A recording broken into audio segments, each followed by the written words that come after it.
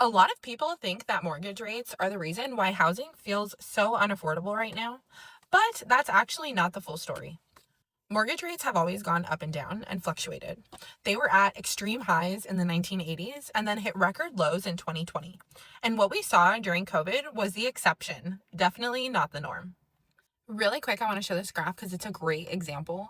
It only goes back to 1990, but it shows you the trend that you can see from 1990 to 2020 of the rates just on a gradual decline. And there's a lot of divots inside of this graph because, again, rates go up and down. That is what they're supposed to do. And right now, we are leveling out. We are hovering between the 6s and 7%. It's gone around there for the last few years. And we are still well below what the rates were in the 1980s and 90s. Really quick, want to show this one too. Thanks to the Federal Reserve policy, the average rate on a 30-year fixed mortgage fell to 2.98%, which once in a lifetime type of rate. If you caught on to this, that's fabulous.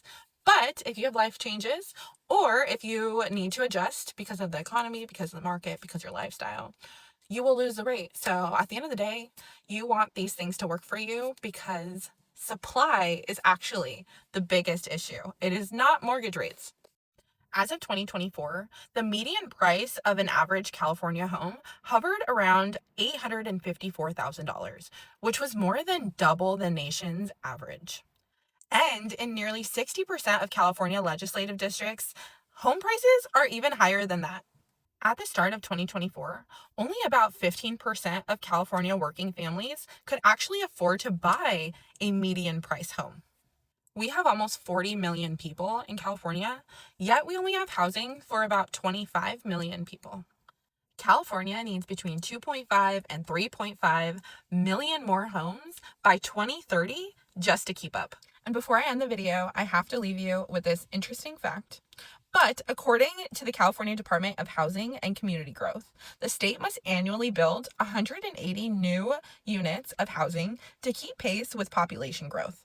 Only 98,511 units were built in 2022, and of those, 46,653 were ownership housing units. So that means that the rest of them were for rentals. The gap between what we're actually building and what we really need is so wide and it's widening, and that's why housing feels so unaffordable right now. Until supply catches up, affordability will remain a challenge no matter where mortgage rates land. This is why I really encourage people to get involved at a local, state, and federal level when it comes to housing. These decisions shape how we build, who gets to buy, and how everyday people get to build wealth and security over time. If you have any questions about this or how this could impact you or how you can start to get involved and follow the real estate market, reach out. I'd love to help.